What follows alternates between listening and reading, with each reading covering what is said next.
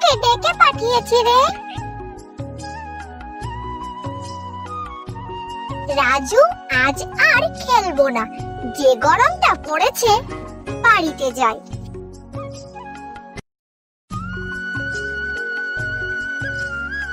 কিরে চুটকি, তোকে না আমি ডেকে পাঠিয়েছি, এখনো বাড়িতে গেলি না যে? এই আইসক্রিম নিন, আইসক্রিম। আমাকে একটা আইসক্রিম কিনে দাও না বাবা। নে একটা আইসক্রিম নে। আমার বন্ধু রাজুকে একটা আইসক্রিম কিনে দাও। এই শুরু হয়ে গিয়েছে তোর মায়া। তোকে মনে হয় আমার আইসক্রিমটা কিনে দেওয়াই ভুল হয়ে গিয়েছে। চুপচাপ এইটা খেয়ে নে। রাজু মন খারাপ করে বাড়ির দিকে হাঁটতে শুরু করলো। কি রে রাজু, তোর জন্য আমি সেই কখন থেকে অপেক্ষা করে বসে আছি। তুই এলে ভাত খাবো।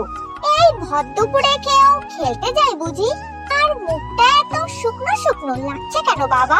তেমন কিছু না মা, চুটকি আর বাবাকে বলছিল আমাকে একটা আইসক্রিম কিনে দিতে, কিন্তু ওর মা আমাকে অপমান করে দিল।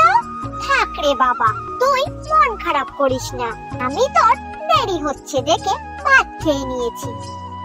যা তুইও এখন খেয়ে নি।